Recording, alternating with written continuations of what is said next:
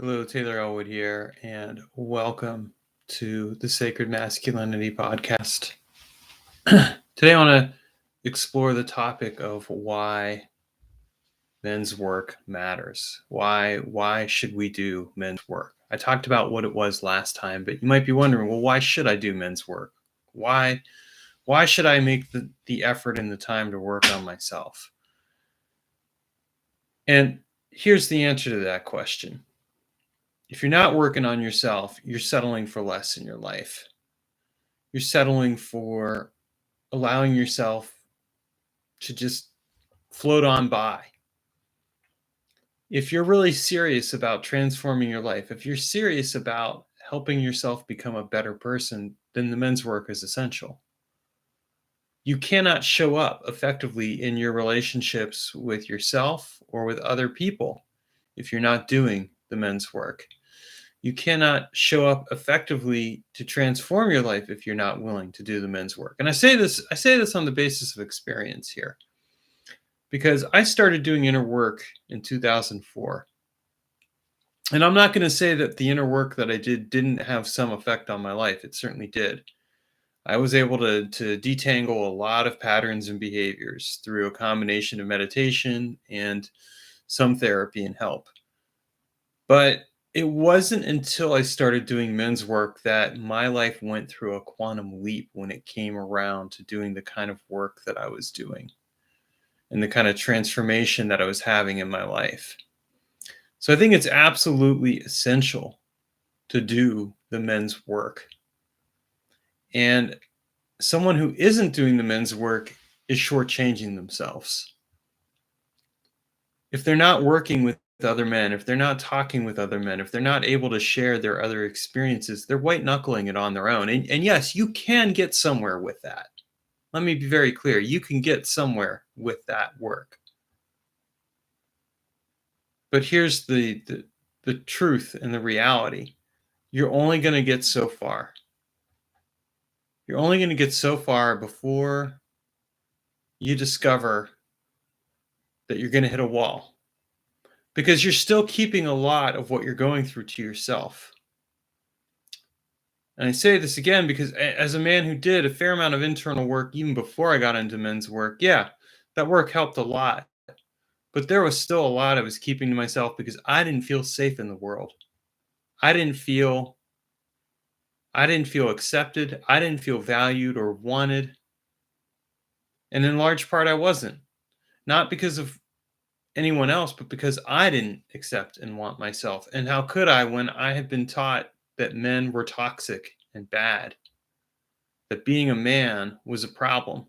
That was one of the biggest lessons I learned, both because of my father being a role model for my life and the kind of role model that I couldn't respect, and because of comments that both my stepmom and my mom had made about men in their lives. I felt a deep sense of shame. I felt like there was something wrong with me for being a man. And because I felt that way, all the work that I did, while it was helpful, did not transform who I was fully. It could not, because there was a part of me that fundamentally was working against myself. I felt a deep sense of shame. I felt a deep sense that there was something wrong with me for being a man.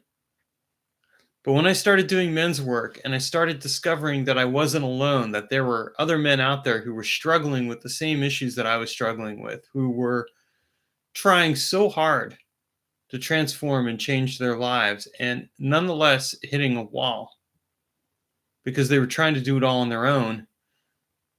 And when I discovered that men could actually love themselves and be proud to be men, and that it was actually a good thing to be a man, and that there is such a thing as good men out there, that's when I started believing that maybe I actually had some value and worth as a man, not just as a person, but that me being a man was not necessarily a bad thing. That me being a man could actually be a good a good experience, could be something positive for myself and for other people. And I could only learn that by doing the men's work, because for so long before then, in one form or another, my experience of being a man had been one where I had demonized myself, and where I had been demonized in some form or another for being a man.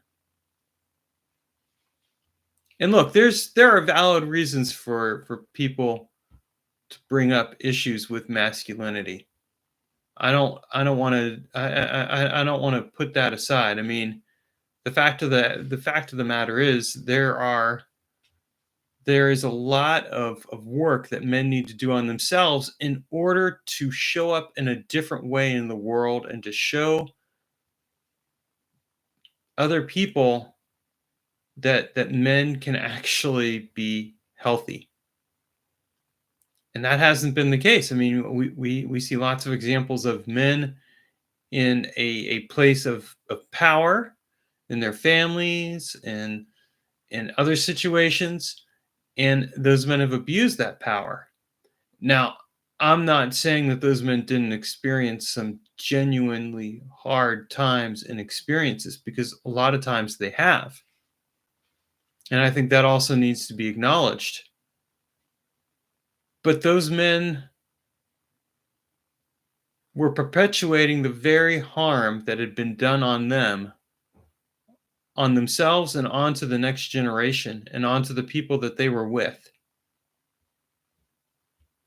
And speaking as a man who in some ways has done that very thing myself, I have in some ways embodied and carried on the toxic masculinity that I grew up with.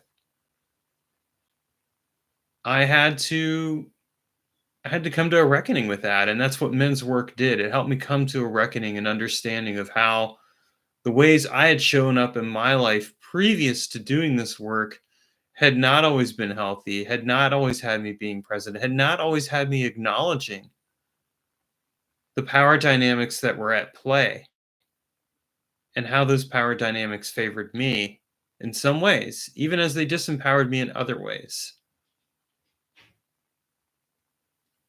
And the truth is that being a man is not an easy experience. A lot of people may think that it is. Oh, well, if you're a man, you have all the doors open for you. Well, that's not always the case, and it's not always an easy experience being a man. There is a lot of pressure in terms of that. There is a lot that goes on with that. But I think that men also need to see and understand the complications that come for a woman, for example, or for someone who is queer, or for someone who is transitioning, or any of those other dynamics that are at play. And a lot of times men don't see that until they start doing this work, and they start getting a real sense as to what it's like to be a human. Because the irony of men's work is that it also causes us to reflect upon ourselves as a human being, and being able to see and understand the human experience in a different way. When I can be vulnerable with other people, and when I can experience and be honest about the fact that I don't feel safe, and that I am vulnerable and scared sometimes, that in and of itself can transform the relationships that I have with other people. And this is why men's work is so essential. So if you're not doing men's work, I invite you to really consider taking it on. I can help you as a men's coach. I have a free session. So if you want to get a taste of what it's like to work with a men's coach, we can do that. I've also got a free men's circle where you can join online and actually have a chance to sit in circle with other men and experience what that kind of experience is like, where other men are sharing and you're sharing as well. So I want you to know that there are options out there. And if you're a man who has been challenged in your life, this is important. You need to do this work, and you need to do it with other men. You can't go it alone forever. And now is as good a time as any to stop doing that and to start welcoming in a brotherhood of other men who can relate to and understand the experiences you're going through and hold you accountable, but also show you examples of what healthy masculinity looks like.